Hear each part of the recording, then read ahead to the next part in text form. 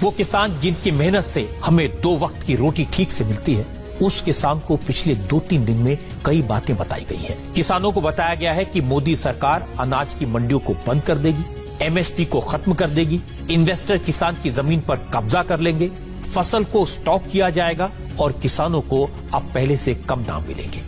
ये सारी बातें सरकार द्वारा लाए गए नए बिल के बारे में कही गई हैं। आज मैं आपको बताऊंगा तो अफवाहों के चक्कर में न पड़े। जो बिल सरकार लाई है उससे किसानों की इनकम बढ़ेगी, किसानों की कमाई के और बेहतर अवसर बनेंगे और किसानों की 70 साल की गुलामी दूर हो जाएगी। आम किसान इस बिल को लेकर कुछ सवाल करता है, सरकारों से सवाल पूछता है। सरकारों को चाहिए कि हर एक किसान, अगर किसी के मन में कोई भी दुविधा, कोई भी सवाल उत्पन्न होते हैं, उनका जवाब दिया जाना चाहिए। विपक्ष के सवालों का जवाब सत्ता पक्ष ने नहीं दिया। संसद में क्या हुआ पूरे देश ने देखा। बिना वोटिंग के बिल पास करके राष्ट्रपति महोदय के पास भेज दिया गया।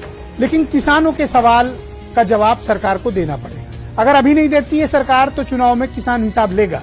2-3 मोटे मोटे मुद्दे निकलकर आज के प्रदर्शन से सामने आएंगे। अगर ये कोई सामान्य प्रदर्शन होता तो शायद इसका अंजाम कोई बड़ा नहीं होता, लेकिन इतनी बड़ी तादाद में किसान निकल कर आए क्यों, ये प्रश्न उठता है। पंजाब हो, हरियाणा हो, उत्तर प्रदेश हो और उत्तर प्रदेश में पश्चिमी उत्तर प्रदेश का मुख्य इलाका हो, नोएडा और उसके आसपास के जनपद हो, करीब करीब हर जगह प्रोटेस्ट हुए। अधिकांश किसान इस बिल को लेकर सशंकित हैं, परेशान हैं और उनके मन में एक भावना आ गई है कि हमारी खेती प्राइवेट प्लेयर्स के हाथ में जाने वाली, खेती छीनी जा रही है। ये संदेश किसानों तक चला गया है। न्यूनतम समर्थन मूल्य क्यों नहीं घोषित किया गया नए संशोधन, नए बिल में?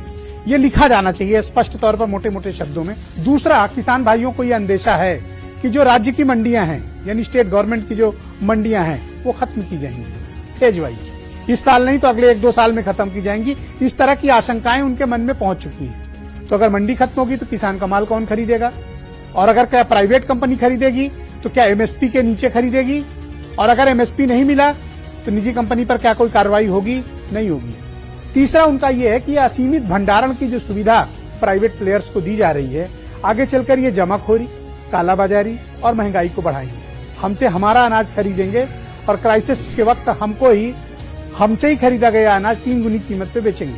कृषि का भविष्य इस देश में क्या है? क्या कृषि अब एग्रीकल्चर सेक्टर प्राइवेट प्लेयर्स के कब्जे में जाने वाला है और आप यानी किसान अब प्राइवेट प्लेयर्स के मजदूर होंगे या प्राइवेट प्लेयर्स के लिए काम करेंगे? तीसरी बात यह है कि अगर किसी चीज की एमएसपी तय है, न्यूनतम समर्थन मूल्य, क्या प्राइवेट प्लेयर उतने दाम पर खरीदेगा? उससे कम पर तो नहीं खरीदेगा। इसकी गारंटी कौन लेगा?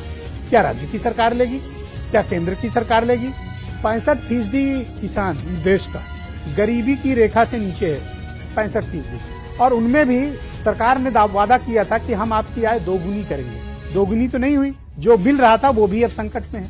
और इसमें भी अगर किसान का पूरा परिवार, छोटा बच्चा से लेकर बुजुर्ग तक, खेतों में भाइयों बहनों 10-10 घंटे काम करते हैं ये लोग। सुबह जाते हैं अर्ली मॉर्निंग, शाम को सूरज ढलने पर लौटते हैं। इनकी हाड़ तोड़ मेहनत को भी अगर आप इनकी इन्वेस्टमेंट में जोड़ देंगे, लागत में जोड़ देंगे, तो शायद कोई कीमत वो दे नहीं पाएगा। और मैं दावे से इस बात को कह रहा हूं, भारत में इकलौता ऐसा काम है कृषि का, एग्रीकल्चर का, जो 70 साल से हमारे किसान भाई घाटे में कर रहे हैं। इस हिंदुस्तान में कोई ऐसा धंधा नहीं है जो 70 साल से घाटे में किया जा रहा हो। खेती घाटे में की जा रही है। किसके लिए? हमारा आपका पेट पालने के लिए, बड़े लोगों का पेट पालने के लिए, अपना घर चलाने। तो 70 साल से जो लोग घाटे की खेती करके हमको आपको पाल रहे हैं, हमारा आपका भी कर्तव्य है कि हम उनके लिए बात करें। उनके साथ गलत हो रहा है तो हम सवाल उठाएं। हम उन्हीं का दिया खाते हैं। और अगर आज उनके लिए नहीं बोले तो आप अपने अन्न के साथ धोखा करेंगे, अन्याय करेंगे।